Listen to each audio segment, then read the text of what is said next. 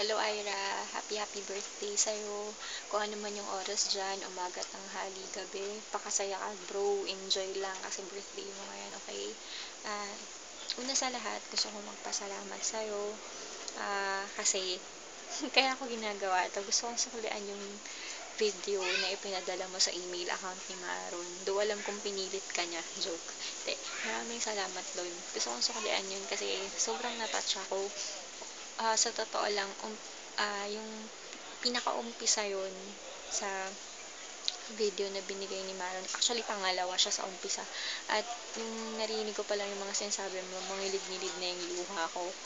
Nakakainis ka, nagpapaiyak ka, hindi joke lang. Maraming salamat dun Isa pa, maraming salamat sa pagiging totoong kaibigan. Kung ito-total lahat ng kaibigan ko at papipiliin ako kung sino dun yung mga pinakatotoo, isa ka dun talaga. Hindi ko alam, siguro iba na din yung relasyon natin. At alam ko namang totoo ka talaga sa lahat ng kaibigan mo. Siguro i-add pa yung relasyon natin na since bata pa lang tayo, magkakilala na tayo, same tayo ng elementary school, high school, at college. So, lapit pa ng bahay natin. Kaya, alam ko wala na tayong matatago sa isa't isa. Pasalamat din ako sa'yo kasi isa kang inspirasyon bilang isang tao. So, nakikita kong relasyon niyo ng mama mo. Nakakatuwa. Hindi lahat nabibigyan ng ganyang klaseng relasyon sa magulang nila. Nakaka-proud na sobrang bait mong anak. Wag kang magbabago.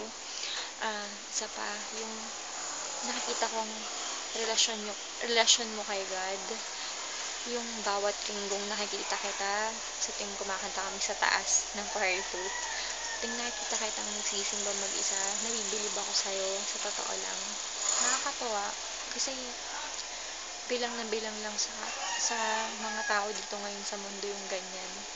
Kaya maging proud ka kasi isa ka sa kanila. Then, ano pa ba? Yung sa pagiging teacher mo, gusto ko lang mag-advise. Kung ano man yung kinaratingan mo ngayon, deserve mo na nandyan ka at binibless ka ni God. Isa pa, kung meron man mga nakakapagbigay ng masasakit na salita sa'yo dyan ng mga tao, wag mo yun ika-down.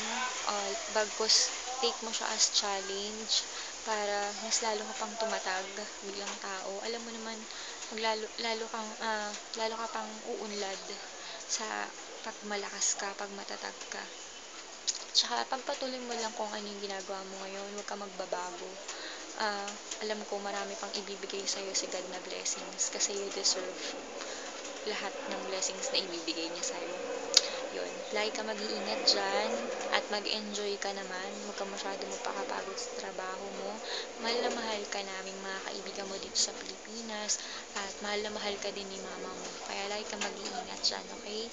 Happy birthday ulit at pag uwi mo dito, ikaw yung manlilibre sa akin, hindi ako kasi ikaw yung mayaman. Hindi, joke lang. Sige, bye-bye. Happy birthday. Bye-bye.